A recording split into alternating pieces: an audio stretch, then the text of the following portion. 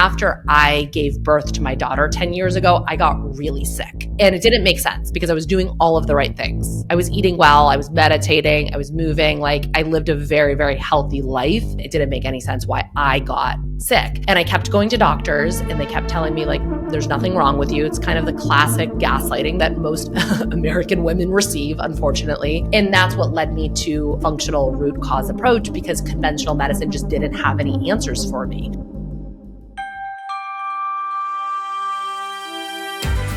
You're listening to Wake Up and Read the Labels, your guide to eating simple and feeling good.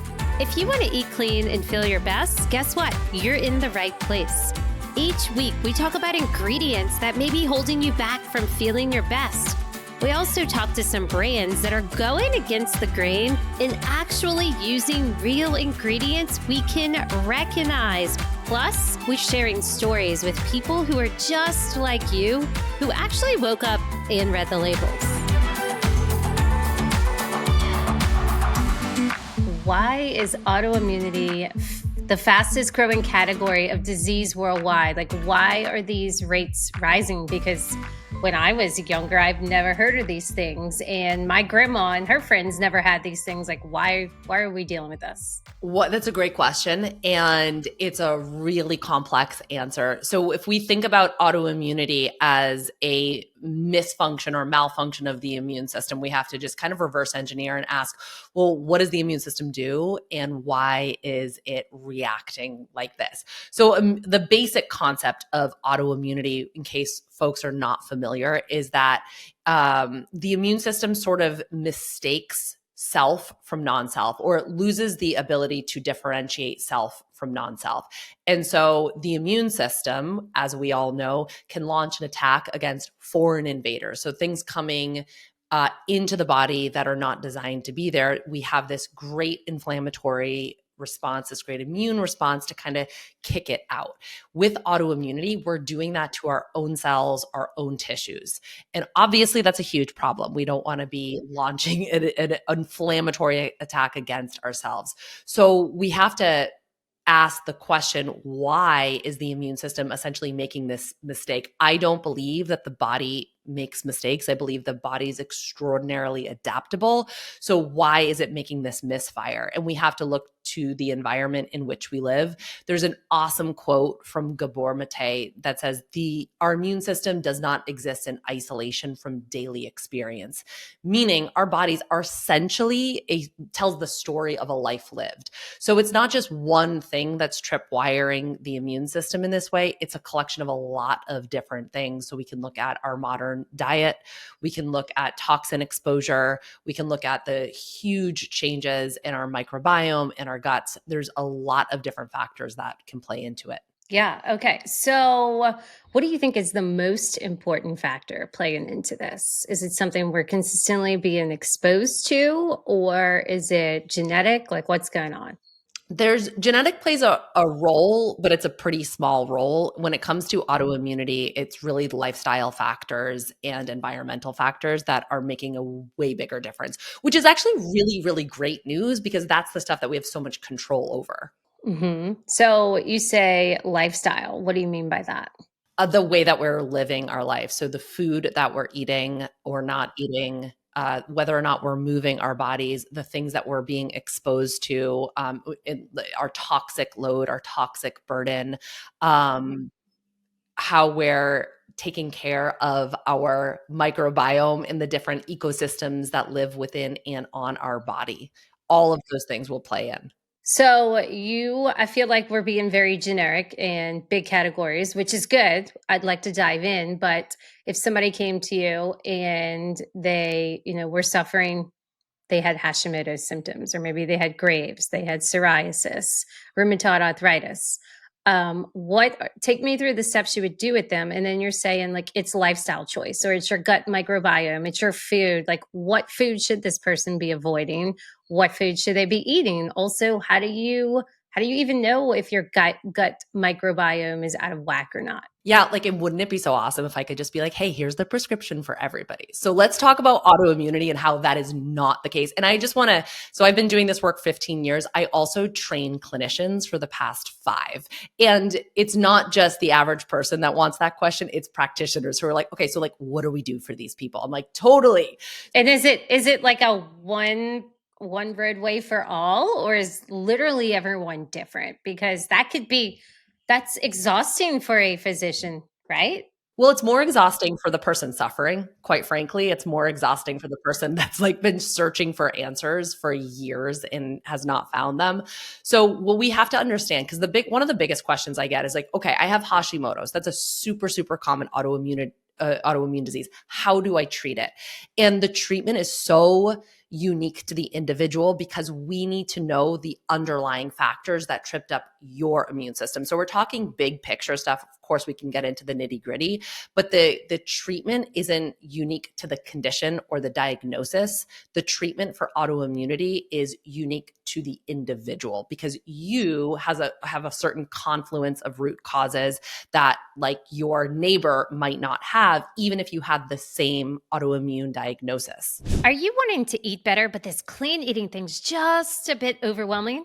Maybe you just don't know what to cook, or you don't know how to find the clean product swaps at the grocery store. Well, I want to make this simple for you. You can get clean swaps and a anti-inflammatory recipe delivered to your inbox every Saturday by going to thelabelletter.com. Okay, so somebody that has Hashimoto's, right? They're scrolling on Instagram and they're reading posts or carousels or watching reels all about, here's 3 things you should eat for Hashimoto's, or 3 triggers setting you back with your Hashimoto's. Like that potentially isn't even going to benefit them. It totally could. And I think that we have to look at there's different approaches. So I take more of a root cause functional approach where conventional medicine might take a different approach. So conventional medicine's approach is to essentially wait till it becomes so bad. So we'll stick with Hashimoto's. It's a great example. Conventional doctor or conventional endocrinologist would essentially screen for absolute like destruction of the thyroid gland. And at that point, the thyroid gland stops producing hormones, so then they can swoop in and replace it. So the conventional model, we need the diagnosis because the diagnosis is going to tell us the treatment. Whereas functional medicine, we're like, yeah, the diagnosis doesn't tell us why. It doesn't tell us why this person's immune system started attacking the thyroid gland. And with autoimmunity, there are 3 different stages or phases of autoimmunity. So the first one is silent autoimmunity. This person doesn't have symptoms. There's no tissue destruction, but they do have the presence of autoantibodies. We're not screening for this more often than not. We're not going looking for autoantibodies. So we probably don't know that's the case. Stage 2 is where most people find us as functional providers. They're coming to us being like, I have all these symptoms. I'm dragging ass. I've been to a bunch of different doctors, a bunch of different specialists. They don't know what's going on with me because there's no one test for autoimmunity. We can certainly get into testing. There's no one test for autoimmunity. So people are in this stage 2 where they do have the presence of autoantibodies, but nobody's screening for those and they have symptoms. And then stage 3 is when it becomes a diagnosable autoimmune disease. And that is what conventional medicine is screening for and waiting for. This is when somebody has the presence of autoantibodies, they have the symptoms, but they also have tissue destruction. So back to that Hashimoto's example, the thyroid gland itself is fibrotic. There's issues with the gland itself. So not only do they have these autoantibodies, not only do they have symptoms because there's so much inflammation going on, but they actually have destruction. Once it gets to this point, it's so much more difficult to disentangle that autoimmune process. We know that there's no cure for autoimmunity, but if we can catch somebody in stage 1 or stage 2, there's so much that we can do from a diet lifestyle perspective that can potentially reverse or at the very least halt the autoimmune process so it doesn't get to that stage 3. Mm-hmm. Okay. And so those are the 3 stages. Why catching it early? I know we covered Hashimoto's. I do want to cover rheumatoid arthritis only because a lot of my podcasts, we talk about Hashimoto's with functional medicine doctors. obviously, because like everyone has it. I even have it, which is insane. Um, I really don't understand why everybody needs thyroid stimulating hormones. It has to be something in the air. But what about rheumatoid arthritis? Is this something that I know a lot of my listeners are women ages 45 to 70, a lot of them 50, 60-year-old, and they're dealing with rheumatoid arthritis. They're thinking it's a part of natural aging. They wake up, all their joints hurt, their fingers, their bones are swelling. Like, can you kind of dive into why this needs a little bit more attention in the beginning? Well, I think again, so I don't really in practice, I wouldn't deal with a specific diagnosis. We see RA, we see IBD, colitis, we see Hashimoto's, we see a lot of different things, and we're not addressing it like, oh, this person has rheumatoid arthritis, therefore this is how we're going to treat them. It all goes in the bucket of immune dysregulation. It all goes in the bucket of autoimmunity. So then we have to start unpacking what is this person's individual trigger. It's not a Hashimoto's versus RA, it's an individual. So that's what I was trying to explain earlier. So there's really 6 different buckets or categories that I would be looking for, no matter whether you walked in with colitis or rheumatoid arthritis. So one of the big ones is obviously food or diet. Okay, let's dive into that.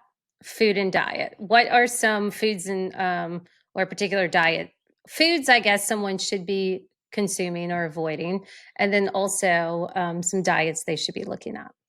Okay, so we just want to understand. So a root cause approach can feel frustrating because it feels like you're asking a question and I'm giving a different answer. So it's not so much as like you should eat this. I can't give you that. If I did, we wouldn't be in a situation with autoimmunity. It's more so what is disrupting the immune system to begin with. So just collectively, the antigenicity of our food has completely changed. So that's a big fancy word to mean that the foods that we're eating are actually causing an immune reaction. Now, collectively, that is highly processed foods. It's, stuff that probably your listeners are all pretty familiar with. Highly processed foods, food dyes, food coloring. I know that's a really like political thing to say right now, but I've been doing this work 15 years, saying the same stuff for 15 years. These things are going to tripwire an immune response. We should not be responding to our food as though it is a foreign invader, like hard stop. The more that happens, the more we are going to continue to antagonize the immune system. And an immune system that continues to be antagonized long-term is going to overreact, which is the underlying mechanism of autoimmunity. It's reacting to things that it shouldn't be. So we really want to make sure that we're prioritizing a whole foods diet with a tremendous amount of variety. It's the variety that's going to feed the different types of beneficial bacteria in our microbiome. There's certain bacteria that are associated with autoimmunity. And so we just want to make sure that we're keeping the beneficial bacteria happy and fed. Really, the only way to do this is by eating a ton of variety. So I'm really strongly encouraging people to eat a lot of plants, a lot of different colors, get all of those antioxidants in. That's also going to support the lining of our gut and our barrier systems. It's obviously going to support our ability to clear out toxins from our body, the more color-rich foods that we can have. And then just supporting digestion, noting that digestion is a top-down process. So it starts with chewing. We have to work through the esophagus. We have to hit an appropriately acidified stomach, so plenty of stomach acid. If somebody's low in stomach acid, which is pretty darn common, it's not going to tripwire, kind of like the first domino to fall. It's not going to tripwire the rest of the dominoes to fall. So we're not going to be able to break down our food appropriately. And if we can't break down our food appropriately, our body is going to start to react. Our immune system is going to start to react to foods. And so that can be one of the underlying factors of the autoimmune process. Okay, why are people's stomach acids low? Stress is a big one. That's a huge contributing factor. If we're under like acute stress, if you go through an acute stressor, like right now, if I said something and you got really mad and you went into a fight or flight, that could actually jack up your stomach acid. But long-term chronic low-grade stress can actually suppress stomach acid long-term. H. pylori is a bacteria that we see. It's super, super common. It's like 50% of the population. Sometimes it's a problem, sometimes it's not. But long-term H. pylori, meaning that you've had this bacteria and you haven't treated it, can begin to suppress stomach acid. So those are two of the biggest things that I see in practice of why we're just low. Obviously, PPI use, if you're taking a medication to lower your stomach acid, you'll probably have low stomach acid. That's another one. Okay. And so I heard you mention a few times testing. Is that kind of step one when you see someone, they're telling you your symptoms and you go right into testing? How does functional medicine in your particular testing differ from conventional testing? So yes and no. Is the first area of intervention testing? Maybe. I mean, if somebody's coming and they're eating a primarily um, like standard American diet, we probably will work on food and digestion first and foremost. We don't really need a lot of fancy tests to look at that. And is the question, if somebody comes to me with a diagnosable autoimmune disease, or if they suspect autoimmunity, I'm going to be doing different types of testing for both of those too. So the conventional model is looking for pathology. The conventional model is often searching for disease. So it's waiting for that stage 3, whereas we want to catch it early. And so we would be looking at certain markers that would indicate, hey, maybe there's an autoimmune process going on here. Hey, you have these chronic ongoing symptoms that nobody's been able to really figure out. Maybe we should suspect autoimmunity, knowing that 1 out of 12 women will end up with autoimmunity, knowing that 50 million Americans have it. Maybe we should be thinking about this. So a couple of lab markers, not even functional markers, but just basic lab work that you can look at is your white blood cell count. So this would be on a basic CBC. If your white blood cell count is low, that can be indicative of autoimmunity. ANA, anti-nuclear antibody, is another really great test to look at to sort of be a predictive marker for autoimmunity. There are certain inflammatory markers like a CRP or SED rate. If those are elevated, that tells us that there's inflammation. It doesn't tell us exactly where the inflammation is. It just says that it's there. And then it's our job to kind of go looking for that inflammation. We call it inflammation hunting. And in I that like that. situation, yeah. And in that situation, we would leverage more of the functional lab tests. So we might do a stool test to look at what's going on in the gut, in the microbiome. We can do a toxicity test to see if you're being exposed to toxicants that could be tripwiring the immune system. There's multiple different pathways that we could go down, and that really is dependent on the person's symptoms when they're coming to us. Okay. I ask all these questions because I've had great functional medicine doctors, and I've just had some that can really just run your bank card, and just keep testing till the cows come home, and then they kind of give you this blanket detox protocol, or they supply you with a bunch of supplements, and it's like, it's not really changing. And then they're like, oh, let's do more tests, right? So I like to kind of dive in and just get a feel for, and I think listeners would appreciate this, like, I don't know, your observation on it, because I talked to many of them, and you guys all are trying to solve the same problem.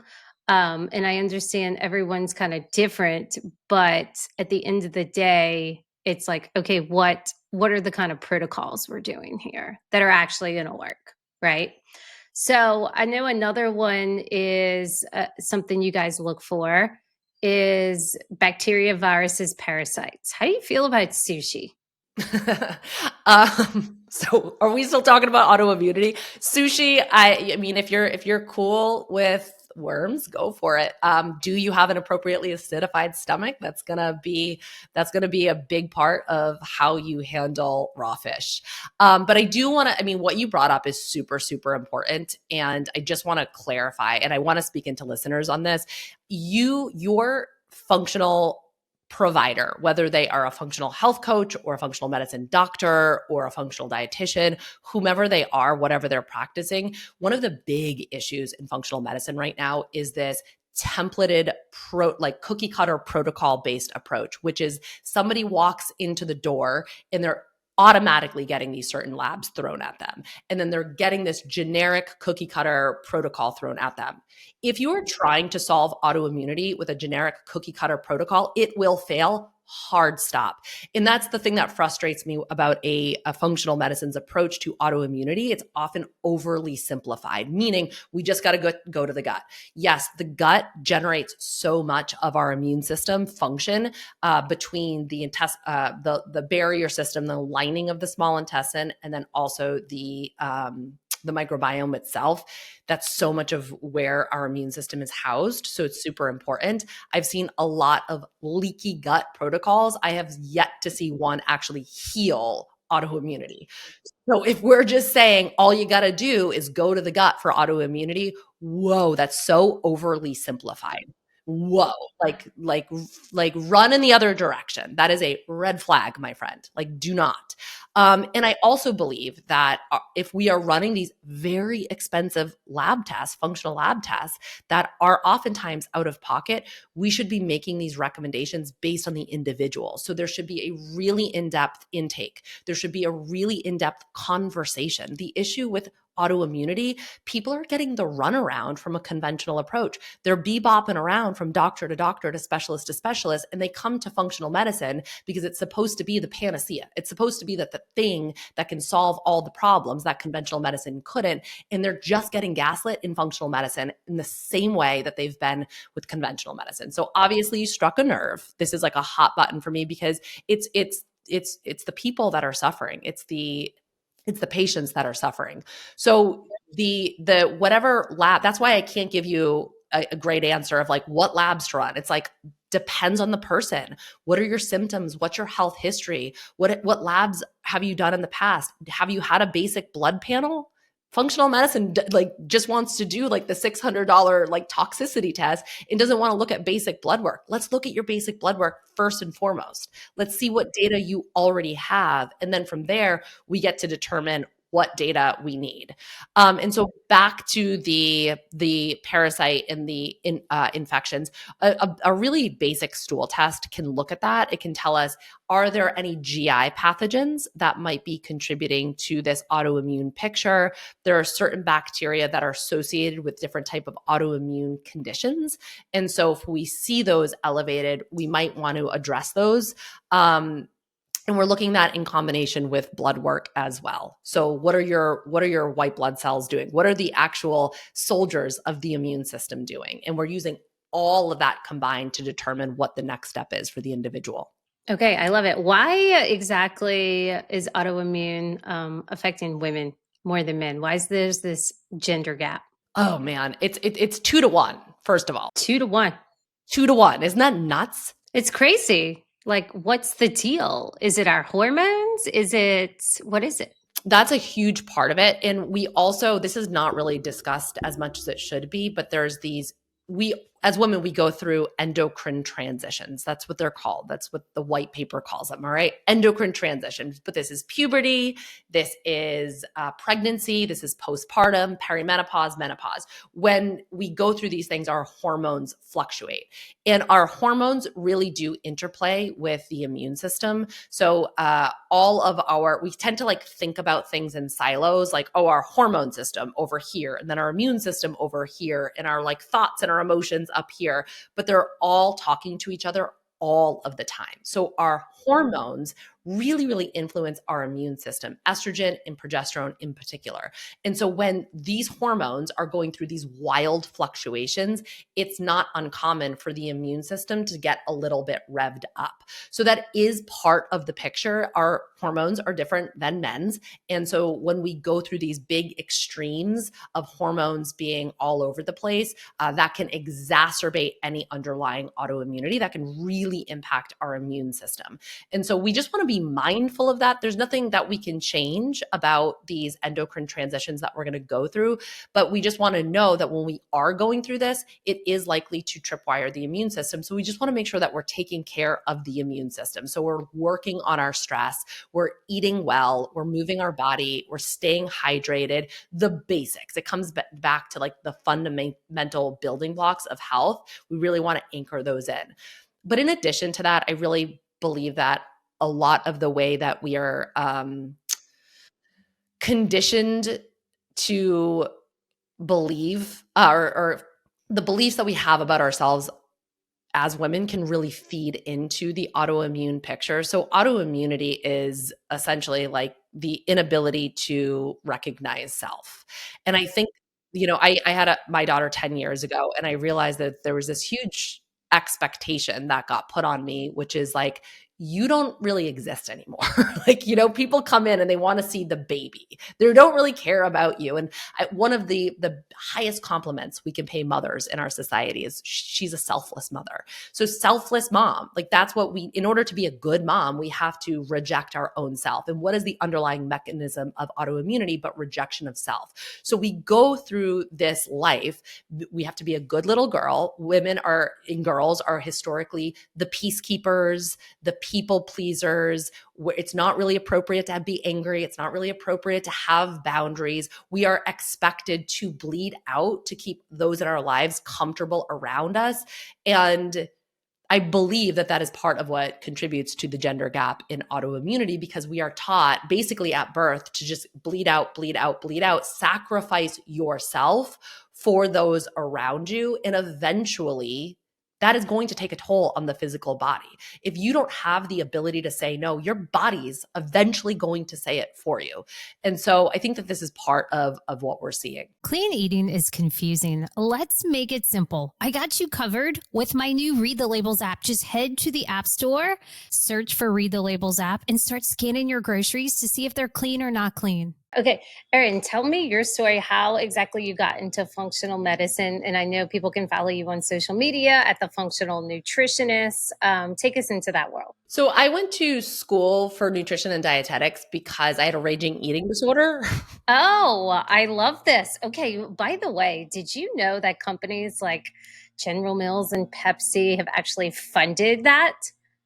The dietitian and nutrition situation. And do you know that the nutrition facts were not created until 1993, and now it is the most widely recognized, it's not icon, but like label here in the States.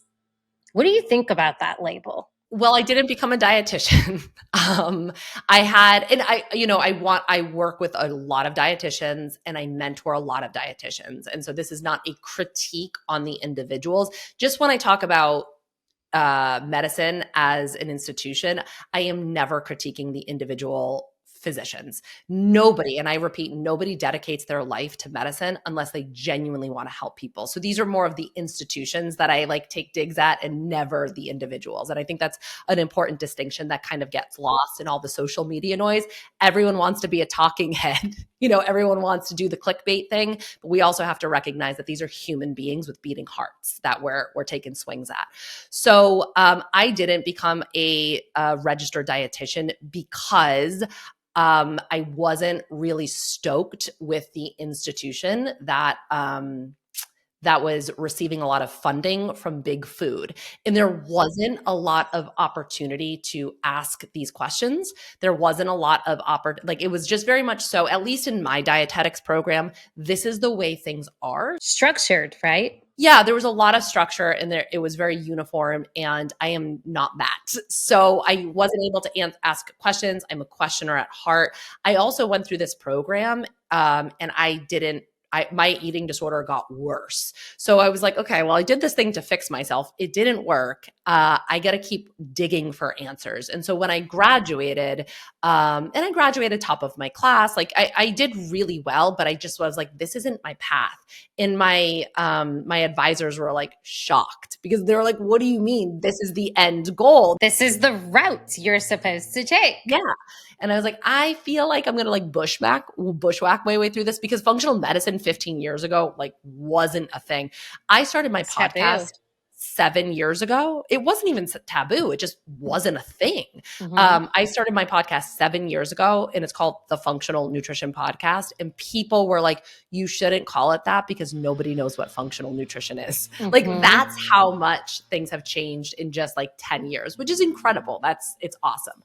So I went on and I just continued my education in a very different way. I looked into alternative healing. I became a health coach. I started my practice that way. And then after I gave birth to my daughter 10 years ago, I got really sick. And it didn't make sense because I was doing all of the right things. I was eating well, I was meditating, I was moving, like I lived a very, very healthy life. And it didn't make any sense why I got sick. And I kept going to doctors and they kept telling me like, there's nothing wrong with you. It's kind of the classic gaslighting that most American women receive, unfortunately. Long story short, I did get diagnosed with an autoimmune condition. So that's why I'm so hot to trot on autoimmunity. And that's what led me to a functional root cause approach because conventional medicine just didn't have any answers for me. I wasn't at the point where I needed medication. So it was kind of like the shrug emoji, but they're like, we're not really sure what to do with you. So I had to find my own answers. And that's the way I started running my practice. Obviously, I did a tremendous amount of continuing education throughout the past 15 years, but that is what brought me to the place that I am now. Wow, that's incredible. Well, good for you. So are you mostly do you do in-person? Do you do virtual? We're a totally virtual clinic. We see all of our clients online, and we also, like I said, train other clinicians to do the same. That is awesome. I love it. Okay, everyone listening, you can find all the links beneath, and also you're on social media at The Functional Nutritionist, which they can also find below. Erin, last but not least, what was your wake up moment in life? Something that made you stop in your tracks. You remember it. Maybe it's from a photo. Maybe it's from a feeling that changed your life.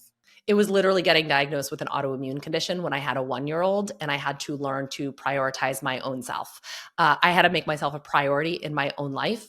And that's really fun and easy to say and to like maybe do a social media post about. Most women aren't actually doing that, which is why we're seeing an explosion of autoimmunity. But I just feel so fortunate that I got that opportunity and I made the right choice because it changed the trajectory, not only of my career, but my entire life. Yeah. Lovely. Well, thank you so much for joining. I appreciate your time. Thank you so much. Thanks for listening to this episode of Wake Up and Read the Labels. If you like this episode, guess what? We want you to share it. We'd love that. Share it with a friend and leave us a review. You can subscribe in Apple Podcasts, Spotify, or really wherever you're listening to your podcast. For more information, visit us at wakeupandreadthelabels.com.